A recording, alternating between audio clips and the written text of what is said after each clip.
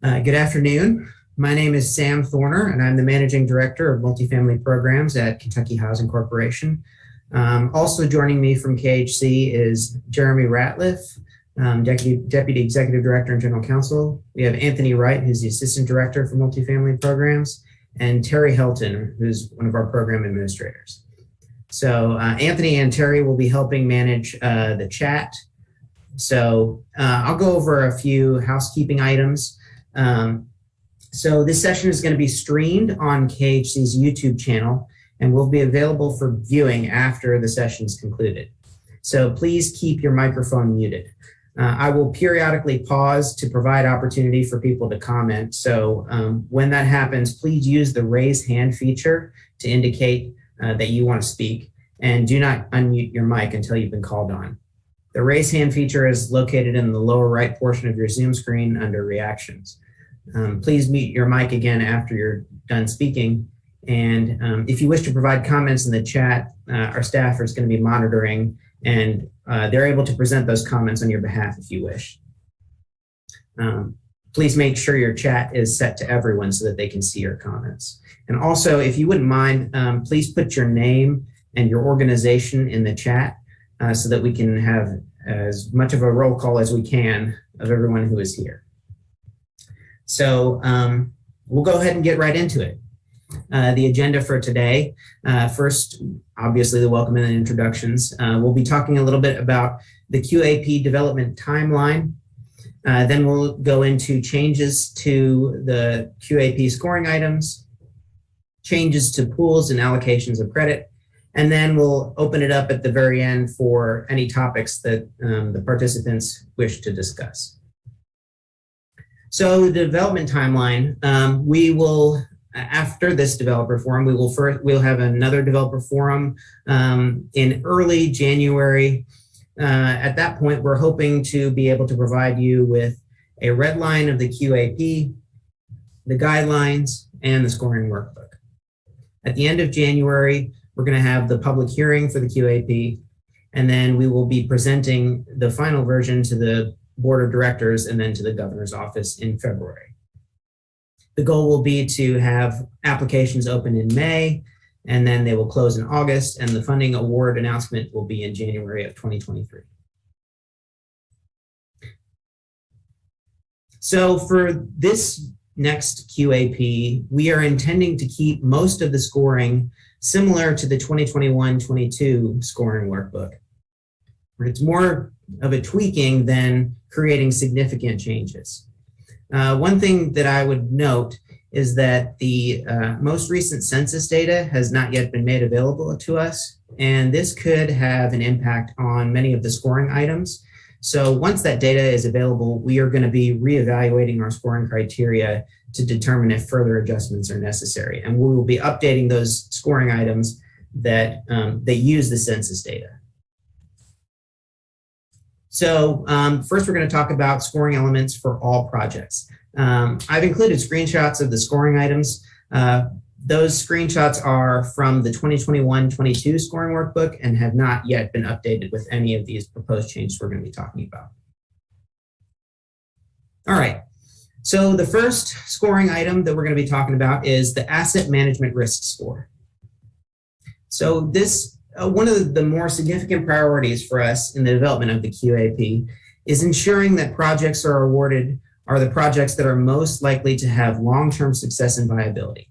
So to that end, KHC introduced this asset management risk score as a scoring component for all pools. We are going to keep this as a scoring metric, but we plan to introduce some clarifications to ensure that the process works smoothly for the developers and for KHC staff. So we're going to require applicants to obtain their asset management score no earlier than 60 days prior to the application deadline.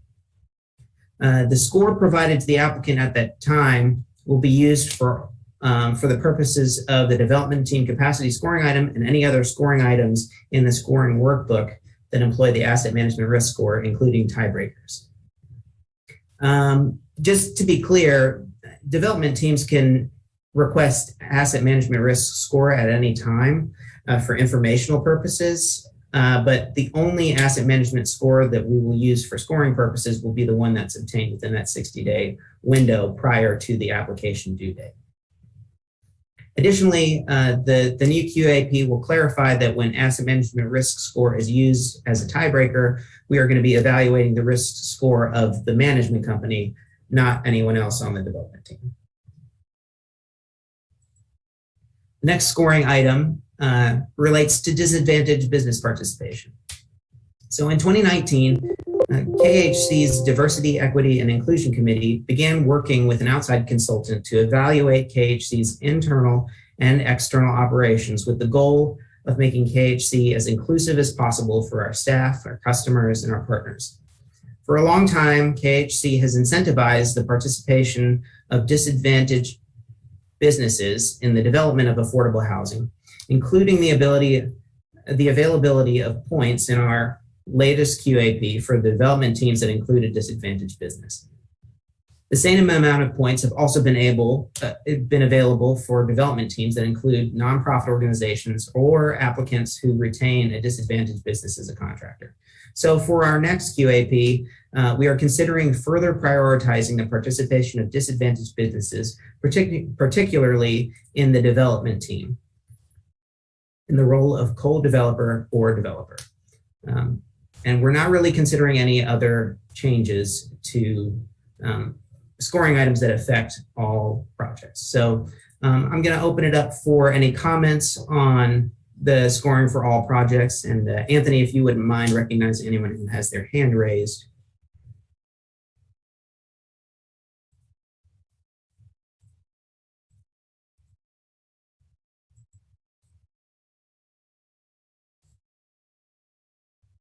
No questions? I don't see any hands raised. All right. We will move on to the existing supply and preservation pool. So the scoring item for projects that are rent-restricted properties that are most in need of rehabilitation. The purpose of this is to prioritize existing affordable housing units that are most likely to lose their affordability restrictions. And this is an important component of our ability to maintain affordable housing stock. So we intend to keep this scoring item for 23 and 24. And we are considering an adjustment that would allow projects that may have more recent restrictive covenants due to refinancing with a government lender to provide a letter explaining that the most recent restrictive covenant wasn't related to a substantial rehab. For example, if a project's second most recent restrictive covenant was reported 22 years ago, and the project was refinanced under a government program requiring a new restrictive covenant, but there was no substantial rehab performed, that project under this current scoring criteria would be eligible for 3 points if the application includes a letter from the governmental program stating that the 2019 restrictive covenant was not related to a substantial rehabilitation of the property. So it allows for projects to participate in those programs without being disadvantaged in our scoring criteria. The next item is significant share of affordable units in the county for rural preservation. So this scoring item is going to be updated in the next QAP to include multifamily projects that have been awarded funding by KHC but have not yet been added to the National Housing Preservation Database. The purpose of this adjustment would be to ensure that the supply of affordable housing will not be over-concentrated in any one particular county during the course of the 2-year QAP. And finally, we are looking at a new potential scoring item for existing supply. The purpose of this scoring item would be to prioritize preservation of rural affordable housing units in counties where higher percentages of residents are rent burdened. This scoring item could be introduced as a sliding scale, with projects in counties experiencing the highest percentages of rent burdened residents receiving the most points. As I discussed earlier, though, because the 2020 census data is not yet available, we are still considering the impact of this potential scoring item. All right, I will again open it up for comments. Does anyone have any questions about the preservation or existing supply scoring items that I just discussed?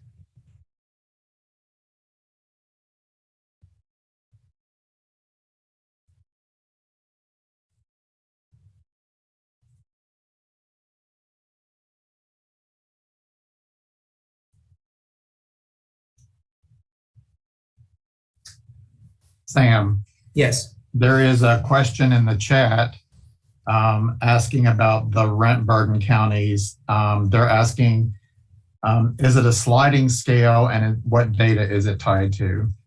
So we're still looking into the availability of, it's really going to depend on the availability of the census data. As I was saying, we are expecting, we've kind of heard rumors that it would be made available later this month, possibly early next month.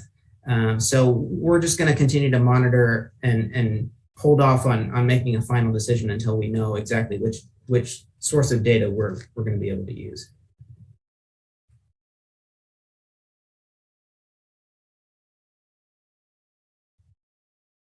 Any other questions?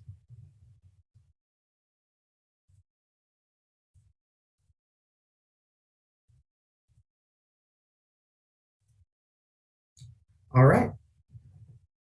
Move on to the new supply pool and those scoring items. So the first scoring item that I'm going to talk about is distance from projects not yet placed in service.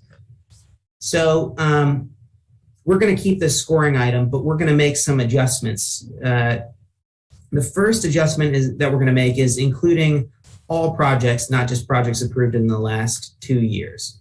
So as we've seen construction delays over the past few years, we want to ensure that all projects that aren't yet placed in service are accounted for in this scoring item. Additionally, there is a different radius that we use depending on whether the project is an urban project or a rural project. And so for this next QAP, we're going to make the urban and rural designation be based on the existing project and not the project that has yet to be on the existing project that's not yet placed in service, and not on the new project for which the application has been submitted. So if the existing project is in an urban area, the radius will only have to be 0.5 miles versus if the existing project is in an urban area and the new project is in a rural area, the existing project 0.5 miles might not require the new project to have the 5 points deducted. We are also considering whether this scoring item should exclude existing supply projects that are not yet placed in service. So a key factor in our determination of this is whether the existing supply project is accounted for in the market study. The next scoring item is Opportunity 360. So we would like to again include this scoring item, and we're in the process of evaluating the quality of the data sources for Opportunity 360. The three indices we used with the last scoring workbook were housing stability, education, and economic security, and we're considering adding additional indices based on the availability of reliable data. The next one is significant share of affordable units in the county. We talked about this earlier as with the rural preservation pool. This will be updated to include multifamily projects that have been awarded funding by KHC but have not yet been added to the National Housing Preservation Database. The next scoring item, greatest job growth. So there have been a number of high-profile economic incentive projects announced recently, and KHC is exploring how we might incentivize new supply family projects in areas where large job growth opportunities have been announced, such as the Toyota expansion in Scott County and the Ford expansion in Hardin County. This scoring item, as well as other scoring items involving per capita calculations, such as the percentage of households at or below 60% AMI, family and senior population trends, poverty rate below the state average, will all be updated once the 2020 census data is made available. The enriched design qualities for senior-only projects. I'm not going to go through this entire list, but we are in the process of evaluating the features listed in this scoring item, and we may update this list for 23-24. So if you have any suggestions, please let us know. For urban projects located in a qualified census tract with formally adopted revitalization plans, for this scoring item, we are considering adjusting this to allow applicants to claim points for projects in qualified census tracts with formally adopted revitalization plans that are older than 10 years old or that have not been updated within the last 10 years. Some of the things we are thinking about requiring in that circumstance would be a letter from an elected official stating that the plan exists and the jurisdiction remains committed to the plan. KHC would also consider requiring evidence that the jurisdiction has taken recent action on the plan within the last 10 years. We are also considering whether to allow for plans that do not meet all of the stated criteria here, but meet only some of them. We're not quite sure how that would look, but we want to make sure that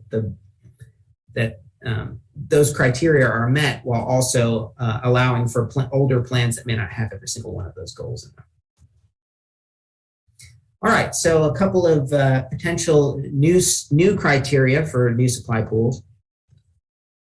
The first one that I want to talk about is broadband connectivity. So the COVID-19 pandemic has really highlighted the importance of broadband connectivity, and benefits include increased economic opportunity and higher educational attainment results.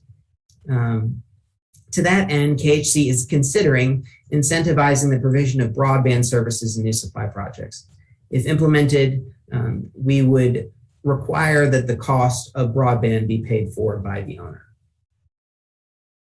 Another project characteristic that we're looking into incentivizing is energy efficiency. So some of the potential benchmarks that we could include are the home energy rating system score below a certain threshold, project certification of zero energy ready by the U.S. Department of Energy, projects being certified with the Passive House Institute in the United States, PHIUS+, based on the 2015 Passive Building Energy Standard. In evaluating this scoring item, one of the things that KHC wants to ensure is that the utility savings are passed through to the tenants.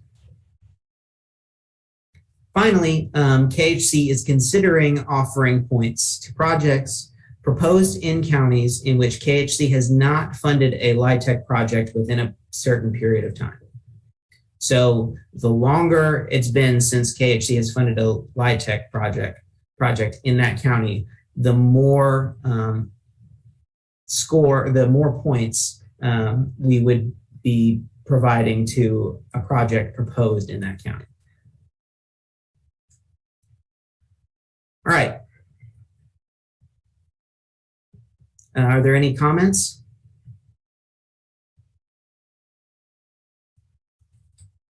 We have a couple of raised hands, Sam. Okay.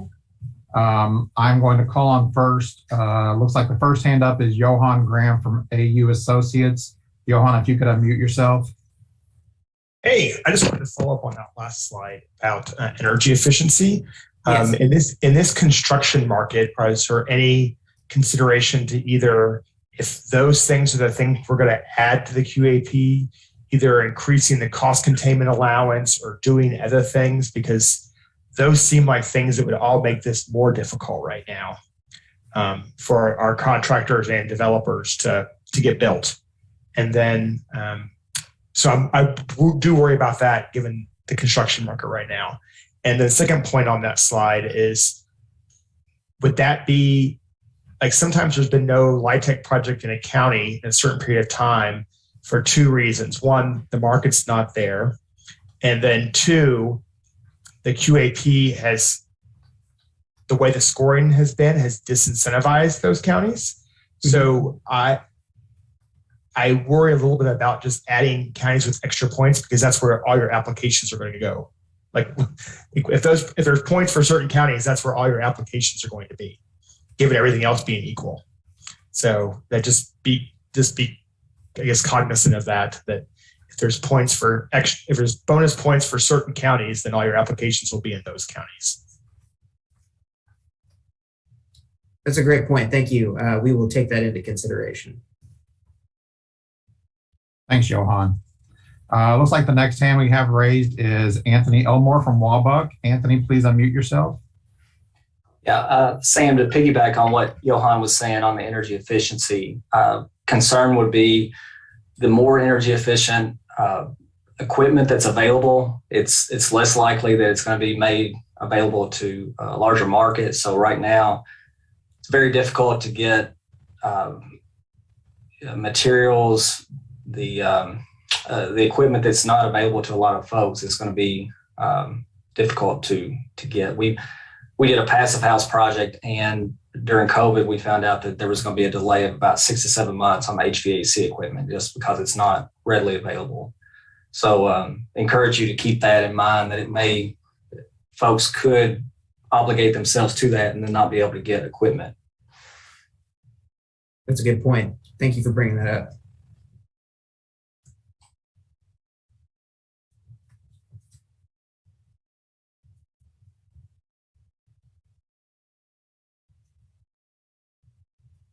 Sam, there are no other hands up at the moment. Okay. Well, Anthony Elmore, is your hand still raised, or did you have another question?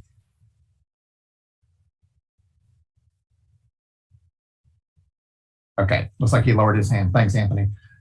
We have a comment in the chat from Caitlin Snyder. Her question is, how would incentivizing projects in certain counties where there haven't been any LIHTC projects interact with the market studies? We would still require a market study for those projects. I'm not quite sure. I mean, and the market study would have to support the creation of those new units. Caitlin, if you'd like to unmute and maybe expand on your question, you're welcome to do so. Hi, yes, this is Caitlin. Just thinking about when the timing of your market study is due and when the points would be awarded and just how the two of these things would interact together. So the point, we're still looking into how we would allocate those points. I think one of the things is that we want to make sure that we are providing affordable housing throughout the entirety of Kentucky. And if there are areas where we haven't been creating affordable housing in the past, we want to take this opportunity to start incentivizing building projects in those counties, because it's needed everywhere.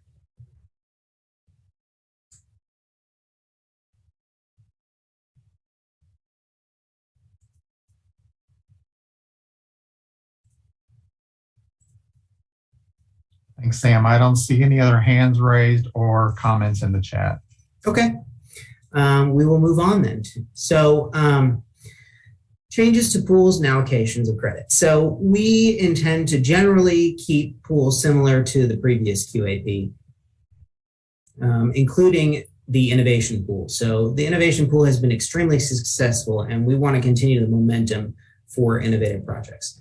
However, one significant change that we are considering in our allocation of credits relates to our recent allocation of home ARP funds. So home ARP is a new allocation of funds under the American Rescue Plan Act, designed to assist persons who are homeless or at risk of homelessness. So KHC, as the administrator as the State Housing Finance Agency, received a $51.7 million allocation, and special one-time allocation. And this is for the balance of the state.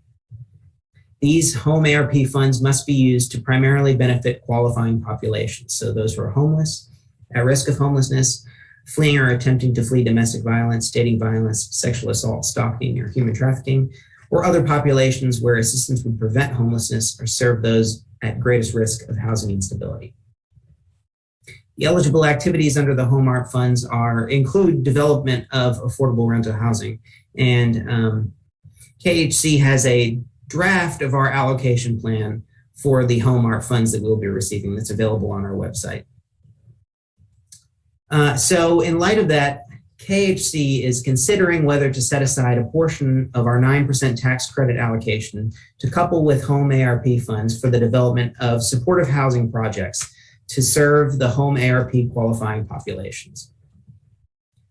KHC would potentially fund one supportive housing project per year with 9% credits under this set aside.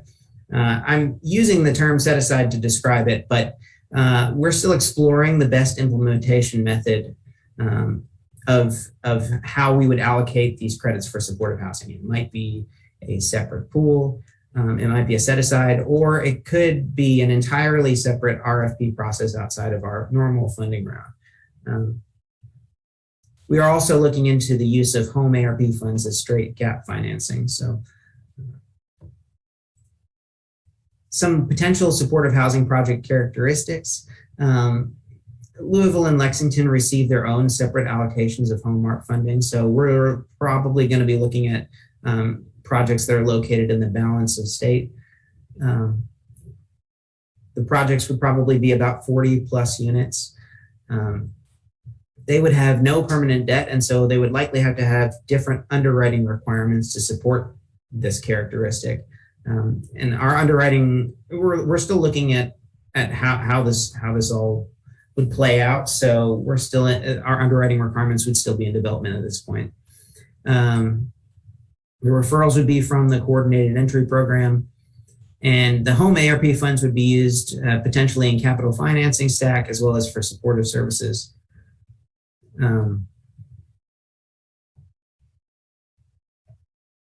You can use the home ARP funds for capitalized operating reserve, but we really want to ensure that these projects remain viable. And this is a one-time allocation of funds, so we want to make sure that we're using those resources in the best way that we possibly can to make sure they go as far as they do. All right, are there any comments or questions about our pool and credit allocation?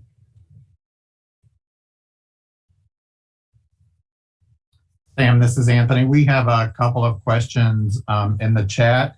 One going back to the scoring item about incentivizing projects in underserved counties. The comment is, does scoring item number 5, share of affordable units, already accomplish the underserved county area? Or I'm sorry, issue. So I think it's a slightly different issue. We want to be able to serve counties where we haven't done projects in the past. So we're looking at ways to do that. It may be that there is some overlap, but it may be that there isn't. So we're still looking into those scoring items and making sure that we are going to be able to reach as many counties as we can. Okay, and the next question in the chat is in regard to the home ARP funding. I believe you answered this, but it was, are we saying that home ARP funds must be used outside of entitlement communities? I'm not sure I understand the question. Entitlement community being a jurisdiction that receives a direct allocation. Oh, well, so we're still looking into that, but that will likely be the case. And the last question in the chat, I don't know that we know the answer to this, but is asking, did Northern Kentucky receive a direct allocation of home ARP funds? Don't think that they did, but I can get that answer to that person. Okay. It looks like we also have one hand raised. Roy Woods from Community Action, if you would unmute yourself, please, and ask your question. Yes, thank you. Sam, my question, of course, is dealing with the ARP home funds. And of course, the population that we're trying to serve is the homeless population. And my question becomes, are those funds strictly for the balance of the state, which would make Lexington Fayette County ineligible. Am I understanding that correctly? Well, so we're still looking at how these funds can be used, but Lexington did receive their own separate allocation of home ARP funds. So they will be deploying those funds in their city. But that's not to say that those funds could not be coupled with KHC tax credits to produce a project in Lexington or Louisville. That's correct.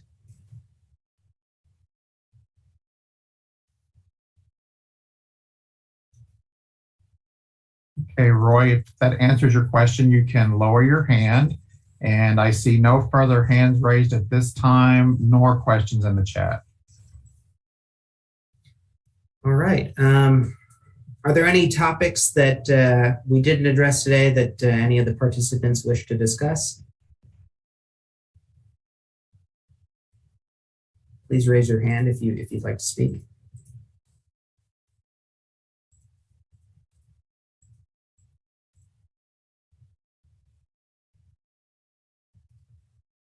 Okay, looks like we have some hands going up in the air. The first one I see is Landon Burcham from HPI. Landon, please unmute yourself and ask your question. Yeah, thank you. Landon Burcham, Housing Partnership. Was wondering if there would be any changes to how the cost containment limit is assessed in the next QAP, just given the unprecedented changes we've had in construction expenses over the past few years. So that's something that we can certainly consider. I think the cost containment levels for this year, Anthony, did they remain the same? They did, because the metric that we used to base them on from HUD did not change. But there are some internal factors that we could discuss. Yeah, we'll definitely take that into consideration. Thank you. Thanks, Landon. We also have a hand raised by Anthony Elmore at Walbuck. Sam, do you have an idea on the timing of your plan for implementing the ARP outside of this, coupling that with 9%? So if you're going to do a separate RFP or another application round, more of a targeted approach with services? I don't have a definite answer for you at this point. We're still looking into it. I know that with the timing of the 9% tax credits, we would probably want the award announcement to line up with our regular award announcement because of the time constraint related to the tax credits. So we wouldn't want one of those projects to have to rush to close and complete construction. Okay. Also, I'm sorry, go ahead, Sam. I have some further clarification about the home ARP. The local jurisdictions that received home ARP separate allocations were Owensboro, Northern Kentucky Consortium, Lexington, and Louisville.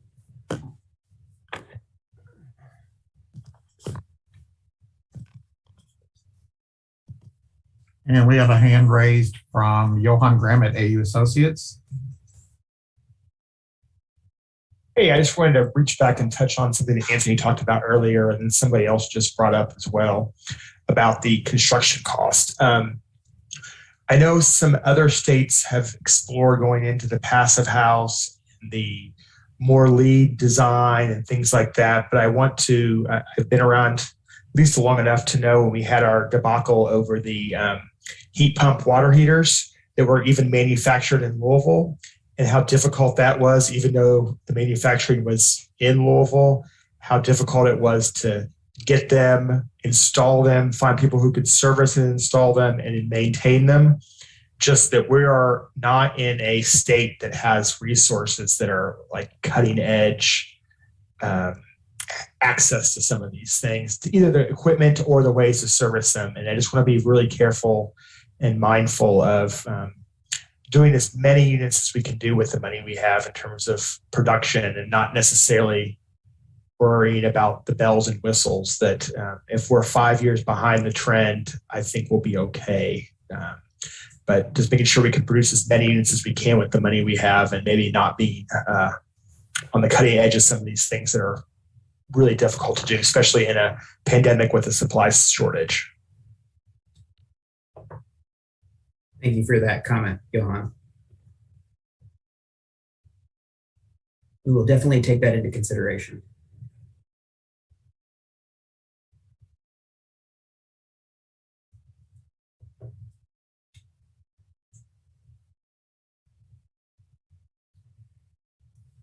Do we have any other comments? I see no further hands raised at the moment, Sam. There was a question in the chat that I answered, but I'll say it out loud for everybody who may not have access to the chat. The question was, do the ARP funds require an environmental review and Davis-Bacon adherence? And my response was, to my knowledge, the home ARP program does not provide any exclusions for those provisions. Thank you. All right, one quick note for those of you with 2022 LIHTC applications. We're going to be sending the errors and omissions and threshold emails. We're going to be sending those on November 30th. And so just be on the lookout for those. Finally, if you have any written comments that you'd like to provide to us, we're going to be saving the comments that were made in the chat, and this form will be available on the KHC's YouTube channel. But if you have any written comments that you'd like to provide, please email us at rentalqap@kyhousing.org. Thank you so much for joining us this afternoon, and have a great rest of your afternoon.